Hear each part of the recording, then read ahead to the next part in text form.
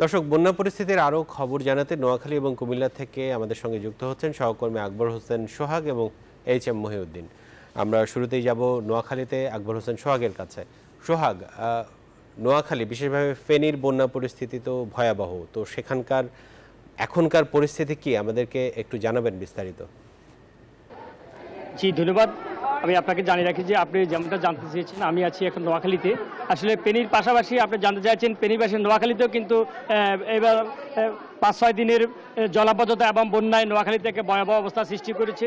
নোয়াখালীতে সামান্য বৃষ্টিতে এখানে বিভিন্ন সড়কে পানি, স্কুলগুলোকে পানি। আমি এখন যেখানে দাঁড়িয়ে আছি আমি আপনাকে একটু দেখাতে চাই। এটি মাইজদি শহরের প্রাণকেন্দ্রে আলপার্ক স্কুল নামে আলপার্ক স্কুল। এই স্কুলটিতেও কিন্তু সামান্য বৃষ্টিতে স্কুলটি কিন্তু হাঁটু পরিমাণ পানি উঠে যায়। এখানে গত দুই দিন স্কুল বন্ধ থাকার পর আবার আজকে পরীক্ষা, এই জন্য আবার স্কুল খুলেছে। আমি আপনাকে দেখাই যে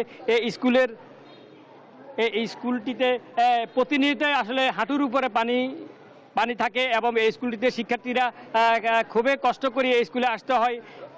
আপনাকে দেখা যায় স্কুলের মাঠে এখনও হাঁটু পরিমাণ পানি। আসলে এছাড়া বিভিন্ন অন্যান্য সড়কের পানি কমলেও কিন্তু মানুষের দুর্ভোগ কমেনি। এখানে শত শত শিক্ষার্থী প্রতিদিন তারা কষ্ট করে এই আলপার্ক স্কুলে তারা আসতে হয়। তারা আসলে প্রতিনিয়ত তাদের কষ্টের ভোগান্তির শেষ নেই। এখানে শিক্ষার্থী তারা আসলে প্রতিনিয়ত তারা আসলে কষ্ট করতে হয়। এছাড়া আমি আপনাকে যদি নোয়াখালী পৌরসভার অন্যান্য ১ নম্বর ওয়ার্ড, ৪ নম্বর ওয়ার্ড, ৫ নম্বর ওয়ার্ড সহ বিভিন্ন ওয়ার্ডও কিন্তু জলাবদ্ধতা সৃষ্টি হয়। এখানে আসলে আমি স্থানীয় নাগরিকদের সাথে কথা বলে আমি যেটুকু জানতে পেরেছি, তারা আমাকে জানিয়েছেন যে এখানে দখল এবং দূষণের কারণে আসলে মূলত এই জলাবদ্ধতা সৃষ্টি হয়, একটি মানব সৃষ্টি। তো আসলে সব মিলে আমি আপনাকে যদি বলি, এখানে দখল এবং দূষণ থেকে মুক্তি পাওয়ার জন্য পৌরবাসী দীর্ঘদিন থেকে দাবি জানিয়েছেন। এখানে পৌর প্রশাসনের দিকে পৌর প্রশাসন এবং জেলা প্রশাসন যদি আরও বেশি উদ্যোগ নেই তাহলে এখানে জলপথ থেকে মানুষ মুক্তি পাবে। এই ছিল আমার কাছে নোয়াখালী থেকে সর্বশেষ।